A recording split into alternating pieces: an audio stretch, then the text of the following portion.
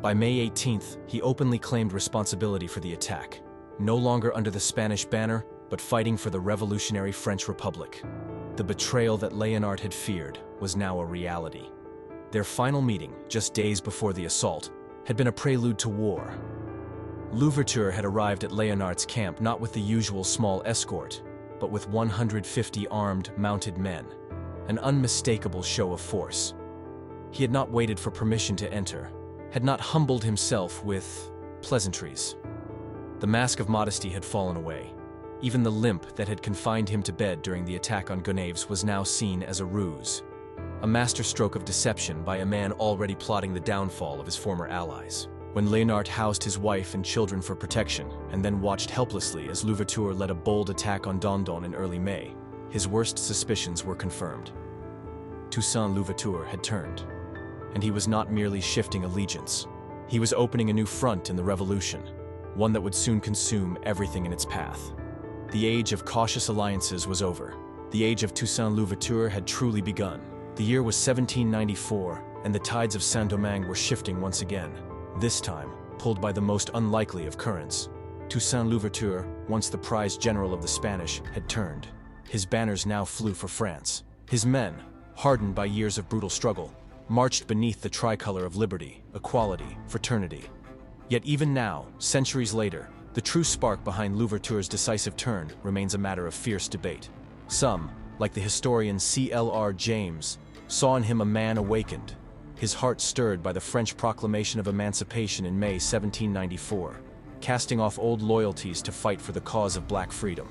Others, like Beaubrun Ardouin, painted a colder picture, a calculating figure, driven by resentment toward the Spanish and a desperate need for survival. Still others, like Thomas Ott, glimpsed a man of contradictions, a seeker of power and a sincere abolitionist, a man capable of bending history to his will while never losing sight of a larger dream. Whatever the truth, the letters do not lie. By May 18th, 1794, Toussaint was already fighting officially for the French Republic, his rebellion sanctioned, his ambitions unfurled. The transformation was immediate and devastating. Within weeks, Toussaint shattered the Spanish hold on the Cordon de l'Ouest, the very territory he had once defended on their behalf. His former comrades, Jean-François and Biassou, now fought desperately against him, clinging to a collapsing cause. But the battlefield had grown more crowded still. British forces had landed on Saint-Domingue in September, sensing opportunity in the island's chaos. Under orders from Henry Dundas, Britain's Secretary of State for War, they sought to restore the old regime, the slavery, the hierarchy, the cruelty that revolution had begun to erode. In secret, they made pacts with French royalist colonists, promising to turn back the clock, to erase emancipation from the soil of Saint-Domingue. Across the seas, abolitionists like William Wilberforce and Thomas Clarkson wept with rage. On the island, Toussaint Louverture prepared for war, pooling his 4,000 men with the forces of French General Etienne Lavaux. Louverture began a brutal campaign to drive out the invaders. Among his officers were names that would echo across history: his brother Paul, his fierce nephew Moïse Hyacinthe, the fiery Jean-Jacques Dessalines, and the young, brilliant Henri Christophe. This was not merely a rebellion. It was the birth of a new military machine. Disciplined, relentless, visionary. In the fields and forests of Saint-Domingue, Louverture smashed Spanish positions and harassed the British with guerrilla tactics. His forces were too fast, too agile, too deeply rooted in the terrain for the British regulars to crush. Victory was not always immediate. He failed to drive the British completely from strongholds like Saint-Marc, but he contained them, strangling their ambitions with 1,000 cuts, bleeding their strength day after day. By July 1795, the Treaty of Basel ended official hostilities between Spain and France. Jean-François and Biassou, stripped of hope, fled into exile, one to Spain, the other to Florida. Their soldiers, weary of defeat and betrayal, turned to Louverture. They found not just a new general, but a new cause. In a few short months, Toussaint Louverture had transformed from a renegade rebel into the most powerful military force on the island. And yet, he was only just beginning. For now, the Spanish threat was gone. The British clung desperately to their shrinking holdings, and Toussaint Louverture, General of the Republic, architect of Liberté, stood poised to do what no man before him had ever dared. He would not just fight for Saint-Domingue, he would remake it, forever. Victory in battle was never enough for Toussaint Louverture. As the cannons fell silent and the smoke of war drifted from the fields of Saint-Domingue, Toussaint turned his gaze to a new, even more daunting task: rebuilding the shattered soul of a colony. Throughout 1795 and 1796, while his enemies plotted and schemed, Louverture focused on restoring agriculture and reviving the exports that had once made Saint-Domingue the richest jewel of the Caribbean. He understood a truth many of his contemporaries missed: freedom could not survive on ideals alone. Freedom required stability. Freedom required prosperity. In speech after speech, decree after decree, he made it clear: the long-term liberty of the people of Saint-Domingue depended on the economic strength of the land they had fought so hard to reclaim. And so he set about an audacious plan. Field by field, plantation by plantation, he worked to return the land to production. But it would not be as it had been. No longer slaves, the workers would be paid, emancipated, recognized as men and women of dignity. Yet, reality proved harsher than dreams. Across the countryside, small rebellions flared. Men and women who had tasted freedom balked at returning to the rhythms of plantation life, even as paid laborers. Many yearned instead for small plots of their own, to till the soil not for a distant master, but for themselves. To govern this fragile peace, Toussaint wielded both the open hand of diplomacy and the clenched fist of force. He coaxed, he commanded, he threatened, he negotiated, always with the larger goal in mind: the survival of Saint-Domingue as a free and viable society. But external enemies were not his only concern. Inside the fragile unity of the French colony, rivals gathered like storm clouds. Chief among them was Jean-Louis Villatte, a mulatto commander based in Cap Français. Villatte and Louverture had clashed since 1794, vying for control of troops and territory. Locked in a contest of ambition and suspicion, Villatte, it was said, harbored a deep resentment toward black soldiers like Louverture. Whispers in the streets told of a plot to overthrow the French general Etienne Lavaux and forge an alliance with André Rigaud, another powerful free man of color. In March of 1796, Villatte made his move. With popular support stoked by rumors that the French authorities planned to restore slavery, Villatte seized the governor himself, imprisoning Lavaux and declaring himself ruler of Cap Français. It was a bold gamble. It failed. Louverture, moving with the precision of a master strategist, marched his troops into Cap Français. His men cut through Villatte's forces with ruthless efficiency, rescuing Lavaux and scattering the rebellion. But Toussaint did more than wield the sword. He opened the warehouses to the people, inviting them to see for themselves that no chains, no shackles, no instruments of oppression had been smuggled in secret. It was a powerful gesture, a masterstroke of public trust. He was not merely a general, he was becoming the protector of the people's future. 2 months later, his reward came. He was promoted to commander of the West Province, the heart of Saint-Domingue's wealth and power. And in 1797, his ascent continued. He was named the top-ranking officer of the colony. Standing beside him, the grateful Lavaux made a public declaration: "After God, Lavaux has no master but Louverture." And Louverture, ever careful, ever watchful, replied with measured humility, "After God, Lavaux." Yet even then, in the hearts of the people and the whispered fears of distant rulers, it was clear: Toussaint Louverture was no longer merely a servant of the revolution. He was becoming its embodiment, and soon, he would hold the fate of Saint-Domingue entirely in his hands. In the aftermath of Louverture's triumph over the Villatte insurrection, a new chapter began. Not through cannon fire, but through diplomacy and politics. Weeks after the dust of battle had settled, France sent a new delegation to Saint-Domingue, the Third Commission. Among them was a familiar name, Léger Félicité Sonthonax, the radical commissioner who, years earlier, had proclaimed the abolition of slavery on the very same day that Louverture had called his brothers to arms at Camp Tourelle. At first, the meeting of these two revolutionary giants was filled with hope. Sonthonax, recognizing the extraordinary influence Louverture now wielded, promoted him to the rank of general, a title that no longer belonged to the colonists or the Europeans, but to a man who had risen from the very soil of the island itself. He also offered another gesture, seemingly a gift, but one laden with hidden chains. He arranged for Toussaint's sons, Placide and Isaac, to be sent to mainland France to study among the children of the colonial elite. To Louverture, ever eager for his children to be educated in the finest traditions of French language, thought, and culture, it was a dream fulfilled. But beneath the surface, it was a calculated move. The boys would live under the watchful eyes of the French government. They would dine among the nobility, alongside figures like Joséphine de Beauharnais, soon to become the Empress of France, wife to a rising star named Napoleon Bonaparte.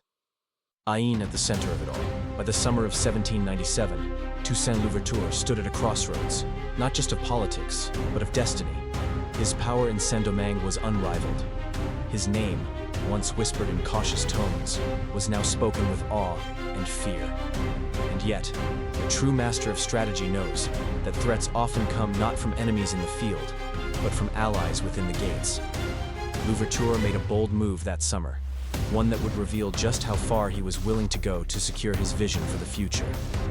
He authorized the return of an old, trusted figure, Bayon de Libertad, the former overseer of the Breda plantation, the man who had once shielded the young Toussaint from the cruelties of the system he was born into. It was a deeply personal act, one rooted in loyalty and gratitude. But for Sonthonax, still burning with revolutionary zeal and suspicion, it was an outrage. Sonthonax fired off a furious letter, threatening Louverture with prosecution and demanding that de Libertad be expelled from the island immediately. Louverture did not respond with anger. He responded with mastery. He went over Sonthonax's head entirely, writing directly to the French Directoire, the ruling body of France, asking for permission for de Libertad to remain. He was no longer playing local politics. He was playing at the level of nations. And just weeks later, Toussaint made an even bolder move. He began arranging for Sonthonax's return to France. Officially, Louverture accused Sonthonax of plotting to make Saint-Domingue independent, starting, he claimed, with a plan to massacre the remaining white population of the island. It was a devastating charge, playing perfectly into Sonthonax's reputation for radicalism and his known hatred of the Grand Blancs. Historians have debated the truth of this accusation ever since. Was it a genuine fear, or a calculated strike to eliminate a political rival? Either way, it worked. Sonthonax, once the great architect of abolition in Saint-Domingue, was sent back across the sea, disgraced and diminished. But Sonthonax did not leave quietly. Upon reaching France, he unleashed a volley of accusations, branding Louverture as a royalist, a counter-revolutionary, and a would-be monarchist plotting independence under the shadow of French weakness. And Louverture knew the danger these accusations carried. He had built so much power, asserted so much autonomy, that it was no longer unthinkable for the rulers in Paris to believe he might soon declare Saint-Domingue a sovereign nation. Complicating matters, the French Directoire was no longer the revolutionary body it once was. Winds of reaction were stirring. Whispers grew that France might reconsider its abolition of slavery, a betrayal that would set the entire island ablaze once again. In November 1797, Louverture penned another letter to the Directoire, measured, loyal, but firm. He swore his allegiance to France, but he reminded them with unflinching clarity. Abolition must be maintained. It was not merely a policy. It was a promise written in blood, sealed by the sacrifices of tens of thousands. And it was a promise Toussaint Louverture would not allow the world to forget. The game had shifted again. Louverture was no longer just a general or a governor. He was becoming something else entirely. A leader, not of a colony, but of a people. And the distant rulers of Europe were right to fear him. By 1798, Toussaint Louverture stood at the pinnacle of his power, governing nearly all of French Saint-Domingue, save for a semi-autonomous state in the south where André Rigaud defied his authority. Yet even here, amid the cracks of resistance, Louverture maneuvered with precision. Both he and Rigaud continued to harass the faltering British occupiers, whose grip on the island grew weaker by the day. As rifles roared and battle flags shifted, a quieter war unfolded. One fought with pen, promises, and the careful waiting of alliances. In March, a new French commissioner, Gabriel Edouville, arrived. His mission was clear: to undermine Louverture's authority and to restore Paris's tightening grasp on the colony. But Edouville soon discovered that the revolution had birthed a titan he could neither tame nor ignore. By this time, Toussaint Louverture was no longer just a general. He was the richest man in Saint-Domingue, owning 31 estates, controlling laborers at Ennery, and earning nearly 300,000 colonial livres each year. Louverture had turned revolutionary leadership into a new empire. An empire that rested not on the fragile approval of France, but on the enduring loyalty of the island's people. The world noticed. European powers watched with mounting dread. The fledgling United States cast wary glances across the Atlantic. Louverture's revolution, so bold and unbroken, threatened to light 1,000 fires across the Caribbean, South America, and the American South. Fires that could consume the old world order. And so, diplomacy became as potent a weapon as any musket. On April 30th, 1798, Louverture made his first great diplomatic stroke, a treaty with British officer Thomas Maitland. In exchange for the withdrawal of British troops from the western reaches of Saint-Domingue, Louverture offered amnesty to the French counter-revolutionaries who had sought refuge there. In May, Port-au-Prince was returned to French rule, not with the bitterness of conquest, but with parades, cheers, and a renewed sense of possibility. But intrigue never slept. In July, Louverture and Rigaud met together with Edouville. The commissioner, grasping at straws, sought to sow discord between the two generals, favoring Rigaud openly, hoping to weaken Louverture's standing. Yet Louverture played the longer game. Even as Edouville plotted, General Maitland, sensing the future, chose to deal directly with Louverture, evading the commissioner's influence entirely. In August, the negotiations bore fruit. Louverture and Maitland signed treaties that promised the final evacuation of British troops from Saint-Domingue. But hidden beneath the official agreements lay a deeper, secret pact. On August 31st, 1798, they signed a clandestine treaty. The British Royal Navy would lift its blockade of Saint-Domingue. In return, Louverture promised he would not spread revolution to the British West Indies. It was a masterstroke. Trade reopened. Supplies flowed once more into the ports. Saint-Domingue, battered but unbroken, began to breathe again. And Toussaint Louverture, the former coachman of Breda, the former rebel of Montrouge, now moved not as a servant of France, nor as a pawn of empires, but as a sovereign in all but name. As tensions with Commissioner Edouville continued to simmer, it became clear. The true power in Saint-Domingue no longer answered to Paris. It answered to Louverture. And soon, the world would be forced to reckon with the full extent of his ambition. By late 1798, the fragile threads holding Saint-Domingue to France were unraveling fast. Toussaint Louverture's relationship with Commissioner Edouville had spiraled into open hostility. Trust had crumbled. Suspicion filled every space between them. And then, the powder keg exploded. An uprising broke out among the forces of Hyacinthe Moïse, Toussaint's adopted nephew, fierce and fiery. The rebellion spread like wildfire. Edouville, desperate to regain control, attempted to intervene. But every move he made only fanned the flames higher. Louverture watched, silent and immovable. He offered no aid. As the insurrection grew into full-scale revolt, Louverture and his loyal general, Jean-Jacques Dessalines, took a bold step. They threatened to arrest Edouville as a dangerous agitator, a destabilizing force whose removal was necessary for peace. Cornered and humiliated, Edouville fled the island in October 1798, attempting to save face by nominally transferring authority to André Rigaud. But Louverture had other plans. Instead of bowing to Rigaud, he chose to work with Philippe Roum, a member of the earlier Third Commission who had been stationed in the Spanish territories. Roum, more pragmatic and less ideological than Edouville, offered Louverture the autonomy he craved without the constant interference. And so, once again, Louverture publicly proclaimed his loyalty to France. even as he expelled a second government representative and prepared to negotiate directly with France's enemies. Across the ocean, the United States was grappling with its own tensions with France. The so-called quasi-war had begun, an undeclared conflict born of disputes over privateering and national pride. Trade between France and America had crumbled. But Saint-Domingue was a different story. Trade with the island was highly desirable, both for Louverture, who needed supplies to rebuild, and for the Americans, who sought access to sugar and coffee without entangling themselves in the chaos of European politics. With Edouville gone, Louverture seized the moment. He dispatched a trusted diplomat, Joseph Bunel, a Grand Blanc former planter married to a black Haitian woman, to negotiate with President John Adams. It was a masterstroke.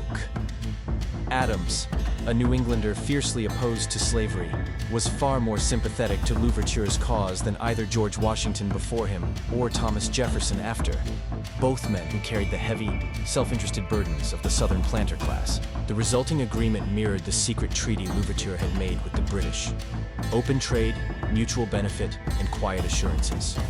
Yet throughout these delicate negotiations, Louverture remained steadfast. Both Britain and America whispered suggestions, tempting him with the dream of outright independence. And each time, Toussaint declined. So long as France upheld the abolition of slavery, so long as the great promise of liberty was honored, he would keep Saint-Domingue under the French flag, at least in name. In truth, Louverture was already ruling as a sovereign. His armies answered to no one in Paris. His policies shaped the island's future. His hand steered the fate of millions. And while the flags and anthems of France still fluttered above Saint-Domingue's ports, a new reality was dawning. A reality where the true master of the island was neither king nor consul, nor distant revolutionary assembly.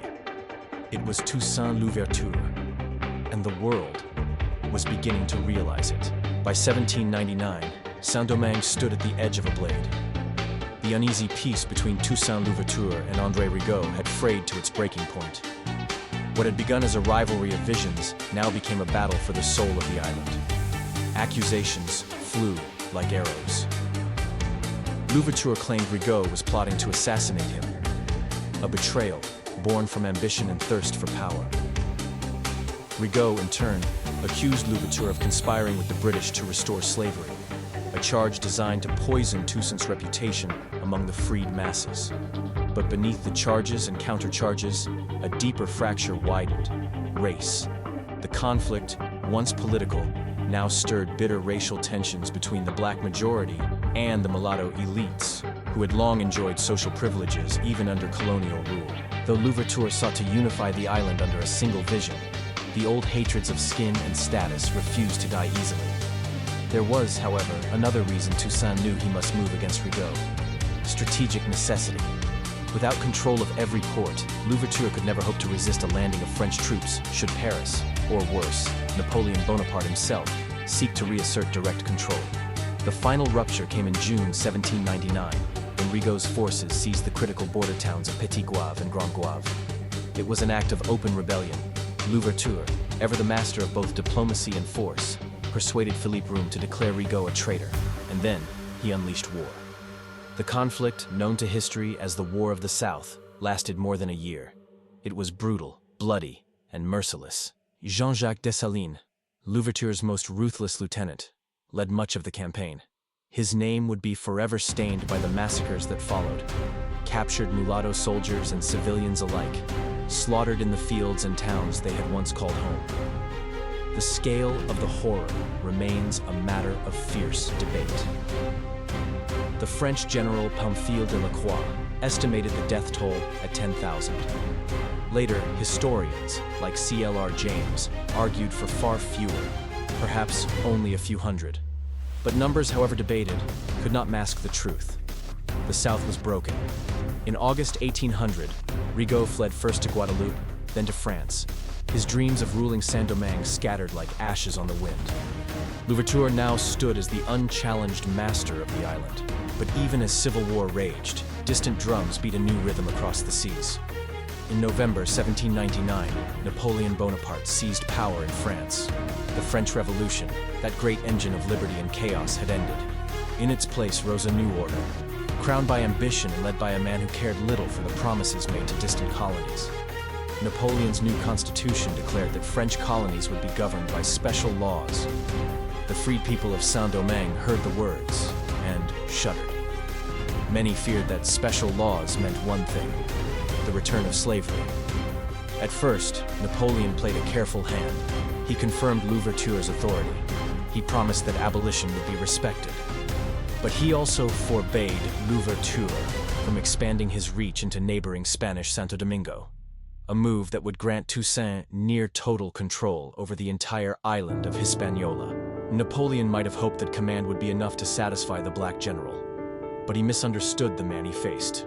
Louverture had not fought so long and so hard to take orders from across the sea. Determined to complete his vision, he coerced Philippe Roum into granting him the necessary permission to invade Santo Domingo. He would reunite the island. He would end Spanish rule, and he would forge Saint-Domingue into a fortress strong enough to withstand the gathering storms, no matter who rose against him. The final phase of Toussaint Louverture's revolution had begun, and this time, he would take nothing for granted. Power, Toussaint Louverture understood, was not merely won on battlefields. It was shaped in the quiet calculations of diplomacy, in the compromises made, the alliances forged, and sometimes, the sacrifices demanded by a harsh world. At the turn of the new century, Louverture faced the delicate challenge of stabilizing his island while navigating the treacherous waters of international politics. To secure peace and recognition, he needed the cautious support, or at least the neutrality, of other European powers, particularly Britain. And so, for the sake of survival, he tempered the flames of his revolutionary spirit. When Isaac Yeshurun Sasportas, a Sephardic Jewish merchant from Saint-Domingue, sought to spread the fire of rebellion to Jamaica, Louverture initially lent his support, but realizing that fomenting slave revolts abroad would shatter his delicate negotiations with Britain, he made a cold decision. He betrayed Sasportas. Louverture leaked the plot to British authorities in Jamaica. Sasportas was arrested, tried, and hanged in Kingston on December 23, 1799. It was a grim reminder. Louverture's revolution would be built not just on ideals, but on realpolitik, the hard, often brutal realities of maintaining power. In January 1701, Louverture turned his focus inward once more. With his nephew, General Hyacinthe Moise, he invaded the Spanish-controlled eastern half of Hispaniola. The Spanish governor, Don Garcia, offered little resistance. Within days, the Spanish territory was under Louverture's command. Where Spanish rule had lagged in development and oppression still held sway, Louverture brought swift transformation. French law replaced Spanish decrees. Slavery was abolished. Programs of modernization began. For the first time in history, a single man controlled the entire island of Hispaniola. But Louverture knew that military conquest alone would not secure the island's future. A new order had to be written. And so, while Napoleon Bonaparte promised a new colonial constitution that many feared would bring slavery's return, Louverture acted first. In March 1801, he convened a constitutional assembly. The delegates, chiefly white planters carefully chosen, drafted a document that would reshape the destiny of Saint-Domingue. On July 7, 1801, Louverture promulgated the Constitution of 1801. It was a bold, sweeping document. It established Louverture as Governor-General for life, granting him near absolute powers, including the right to name his successor. Yet, he stopped short of declaring independence, acknowledging in Article 1 that Saint-Domingue remained a colony of the French Empire. Still, the message was clear. Saint-Domingue would never again be ruled from afar.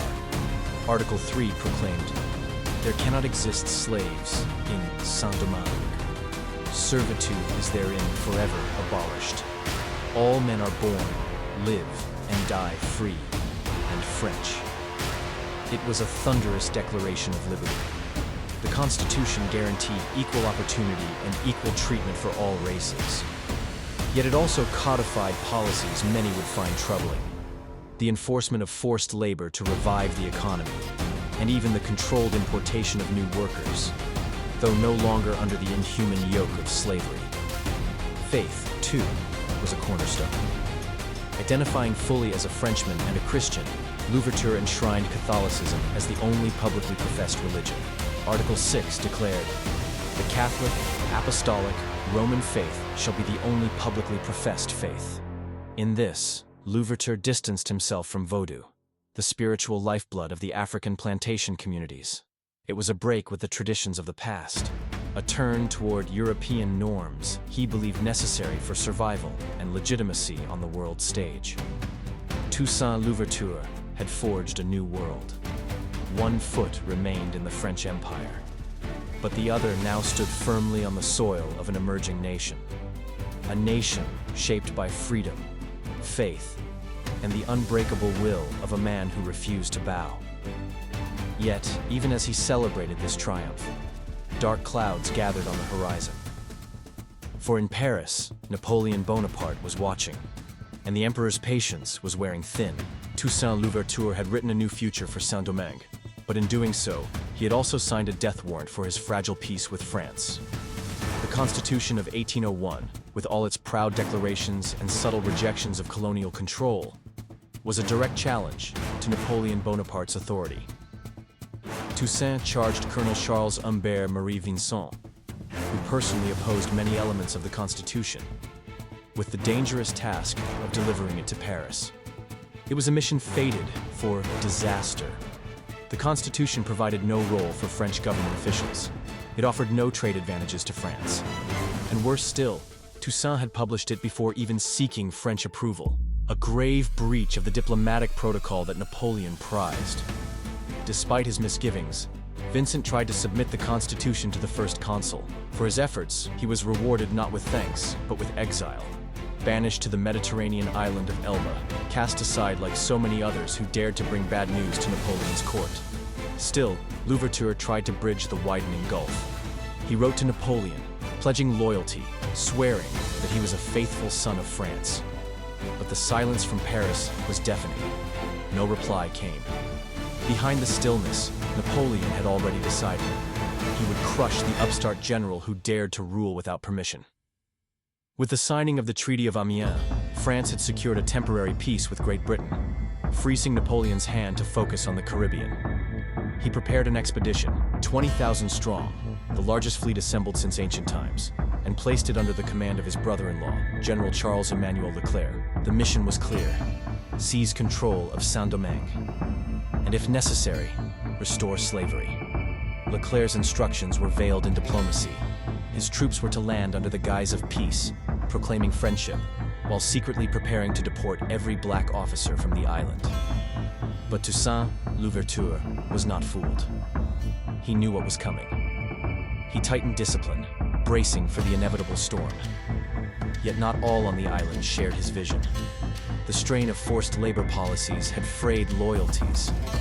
In October 1701, even Louverture's own nephew, Hyacinthe Moïse, led a rebellion against him, fueling tensions that would later fracture the united front Toussaint so desperately needed.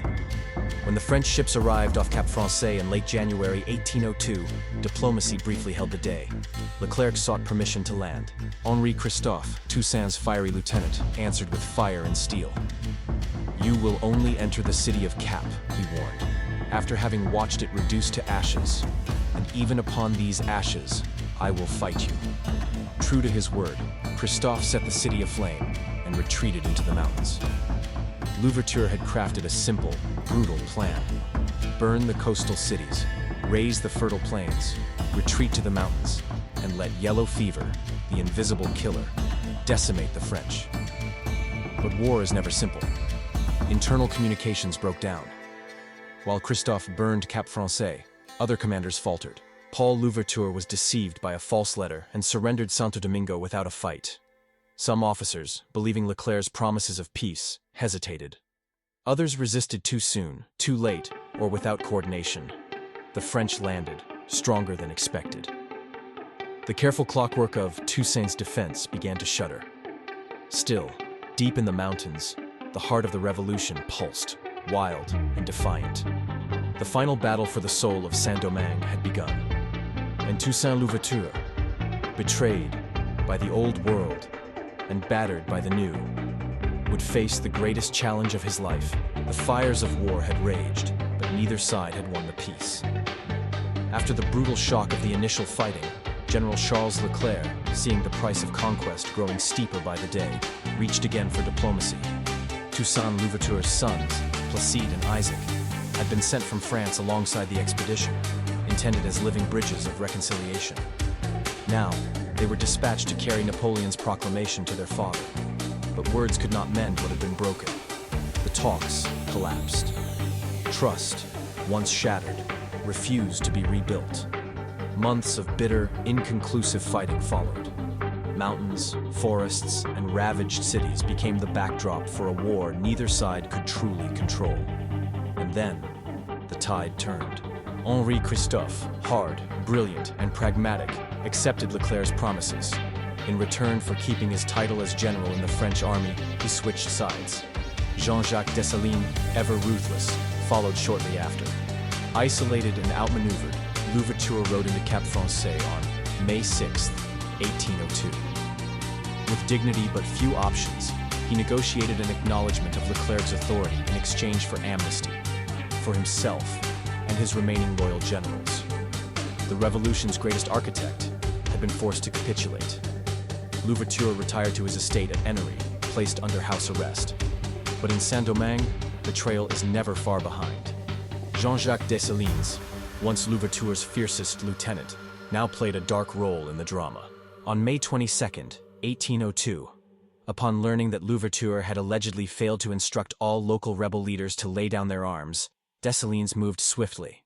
He denounced Louverture's extraordinary conduct to Leclerc. For his loyalty, he and his wife were richly rewarded. Leclerc, eager to eliminate the final symbol of resistance, acted. At first, he asked Dessalines to arrest his former commander. Dessalines refused, leaving the task to General Jean-Baptiste Brunet. Brunet approached with deception.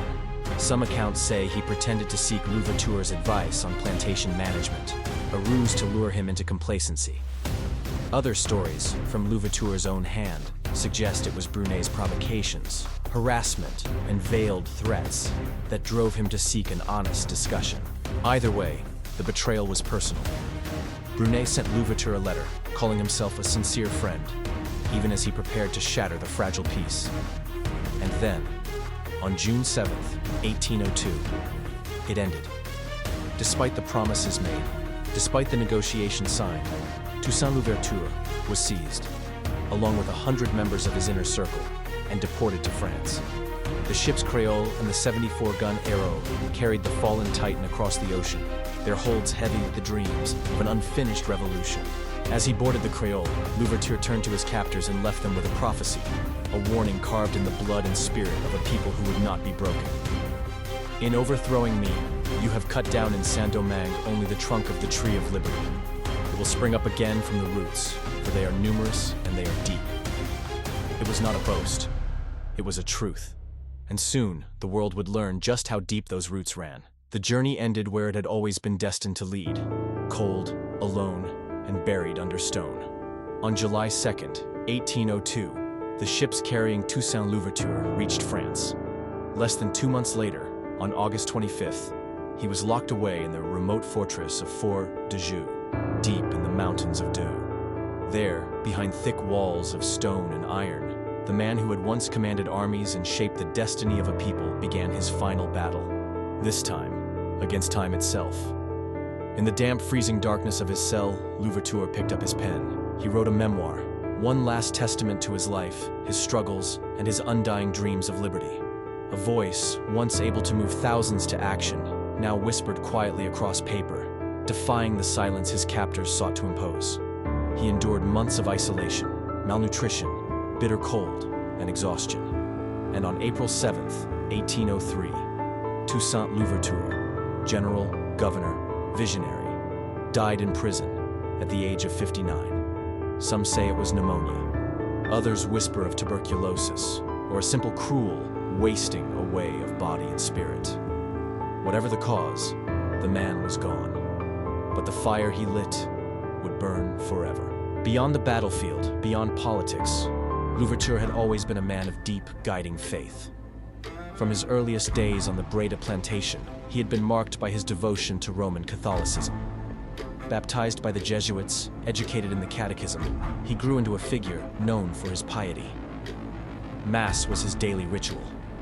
Baptisms and communal worship were not obligations. They were woven into the fabric of his identity. After the Jesuits were expelled from the colony in 1763 for teaching that slaves were capable of salvation and dignity, Louverture turned to the Capuchins, who remained and continued the work of spiritual nurture. They became his anchor in a world that sought to strip him of humanity. Even as a young man, Toussaint found power in ritual, faith, and the community it forged. Yet the land that shaped him was rich with older, deeper traditions too. Vodou, the sacred inheritance of African ancestors, lived among the people of Saint-Domingue. And though Louverture would later distance himself from it, evidence suggests that in his early life, he drew upon its teachings, particularly its knowledge of herbal medicine and the deep spiritual link between nature and healing. He was known among the people as a healer, a doctor, a man who could cure not only the body, but lift the spirit. In time, as governor of Saint-Domingue, Louverture enshrined Catholicism as the state religion in the 1801 Constitution, pushing Vodou into the shadows, viewing it, perhaps through the eyes of the European world he sought recognition from, as a threat to order and respectability. His evolution from secret healer to official Catholic statesman reflected not betrayal, but adaptation, a survival strategy for a leader balancing the heavy weight of worlds. Some even suggest that Louverture was a member of the Masonic Lodge of Saint-Domingue, a brotherhood of free blacks and progressive whites whose ideals of liberty and fraternity mirrored his own dreams. His use of Masonic symbols in his signature hints at secret allegiances that stretched across oceans and continents. Toussaint Louverture was many things: a devout Catholic, a son of Africa, a master strategist, a father of revolution. And though they tried to silence him in stone and steel, the legacy he left behind, rooted in faith, fire, and freedom, could not be buried. It would rise again, and with it, the dream of a new nation. Born from the soul of Saint-Domingue, Toussaint Louverture's body lay cold and still in a foreign prison. But the spirit he ignited roared on.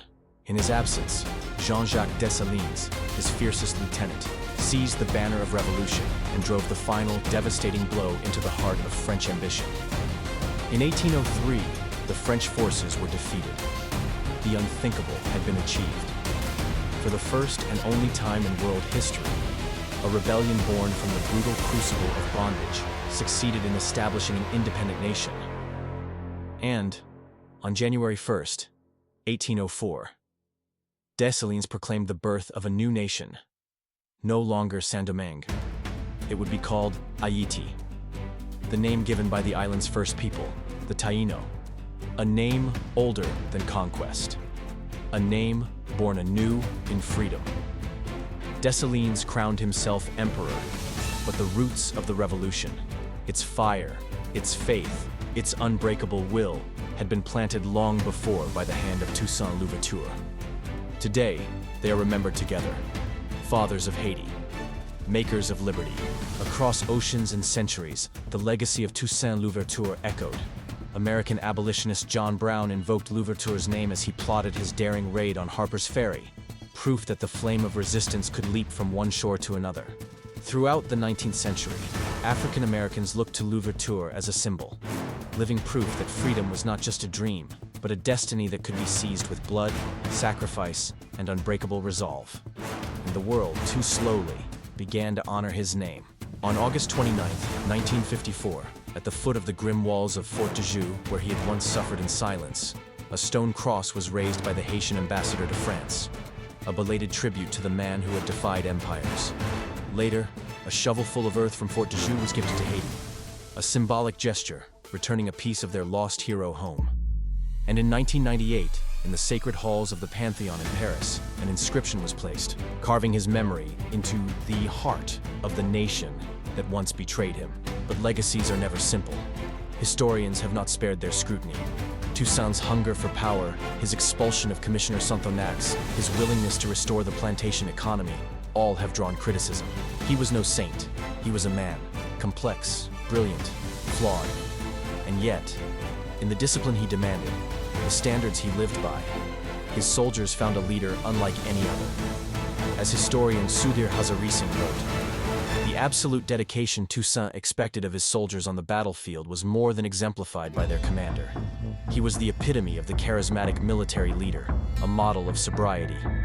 He slept only a few hours every night, drank no alcohol, and his capacity for physical endurance was greater than even the hardiest of men. Toussaint Louverture did not simply command armies. He inspired devotion that no chains could shatter. But even in victory, tragedy left its mark on his family. His youngest son, Saint-Jean Toussaint, never recovered from the loss of his father. He died in 1804, a year after Haiti's triumph. Suzanne, Toussaint's beloved wife, suffered terribly. Tortured by French soldiers, she survived long enough to be deported to Jamaica, dying in 1816 in the arms of her surviving sons, Placide and Isaac. The brothers eventually returned to France, where Placide would marry Joséphine de la Caze, heiress to the Château du Parc near Agen. They would have 3 children, though only one, Rose, would live to adulthood. The bloodline of Toussaint Louverture, like the revolution he led, endured hardships, betrayals, and unspeakable loss. But it endured. And so too did the idea he died for, that no man or woman is born to serve. That liberty, once claimed, can never truly be extinguished. That even in death, the tree of freedom would rise again, from roots planted deep in the soil of sacrifice.